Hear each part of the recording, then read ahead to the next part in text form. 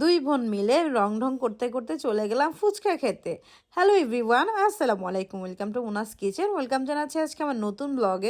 অনেক দিন ধরে ফুচকা খাওয়ার ক্রেভ পড়তেছিল, তো সেদিন চলে গেলাম আমাদের রূপায়ণ টাউনে, নারায়ণগঞ্জ রূপায়ণ টাউন সবাই তো চিনো তোমরা। তো সেখানে একটা সুন্দর ফুচকার স্টল আছে, তো সেখানেই চলে গেলাম দুই বোন মিলে। খুবই খুবই ফুচকা খেতে ইচ্ছা করছিল, আর এখানে খুবই মজাদার ইয়াম ইয়াম ফুচকা পাওয়া যায়।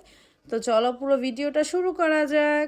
আর আমরা দুই বোন একসাথে হলে আমাদের কথাই শেষ হয় না, তো আমরা ফুচকা অর্ডার করে দিয়েছি, ফুচকাগুলো নিয়ে আসছে। তো আমাদের তো কখনো এক প্লেটে ফুচকা হয় না, এখানে দুই বোনে 4 প্লেট ফুচকা খেয়েছি, মাত্র 4 প্লেট।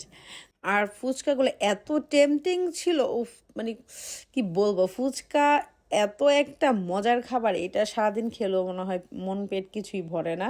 বেশি করে টক দিয়ে ঝাল ঝাল ফুচকা খেতে, উফ, এটা টেস্টই অন্যরকম। তো মানে খাচ্ছিলামই আর খাচ্ছিলাম, এত মজা লেগেছে ফুচকাগুলো। রূপায়ণ টাউনের উপরে যে দোতলায় ফুচকাগুলো পাওয়া যায়, এগুলো আসলে খুবই মজা। কে কে আছো রূপায়ণের কমেন্ট করে জানাবে, আর নারায়ণগঞ্জের কে কে আছো, এখানে কে কে যে খেয়েছো সেটাও কমেন্ট করে জানাবে। একদম মগ ভর্তি টক দিয়ে গেছে আমাদের, এত এত টক খেয়েছি আমরা। খুবই মজা লাগে, মানে বেশি করে টক দিয়ে খেতে খুবই মজা লাগে। তো গেছিলাম তো শুধু ফুচকা খেতে, সাথে আরও অনেক কিছু অর্ডার করেছি। এখান থেকে সাব স্যান্ডউইচ নিয়ে নিয়েছি। আমরা অনেক খাদক, আমাদের অল্প স্বল্প খাবার হয় না। তো চিন্তা করলাম খেতে যখন আসছি, সন্ধ্যার খাবার একবারে রাতের ডিনারটাই সেরে ফেলি। তো তার জন্য এখান থেকে তাদের চিকেন সাব স্যান্ডউইচটা অর্ডার করেছি, কোল্ড কফি অর্ডার করেছি। আর ঠান্ডার মধ্যে কোল্ড কফি খেতে জাস্ট অসাম, জাস্ট অস্থির লাগে। আর তাদের খাবারগুলো আসলে খুবই মজার ছিল। তাদের কোনো ফেসবুক পেজ নেই, থাকলে আমি তাদেরকে ট্যাগ করে দিতাম। তো এইখানে কোল্ড কফিগুলো দেখতেছো, কোল্ড কফিটা কিন্তু মাত্র 160 টাকা দাম ছিল। দাম হিসাবে খাবারটা কিন্তু আসলে খুব মজার ছিল, স্যান্ডউইচটাও খুবই মজার ছিল।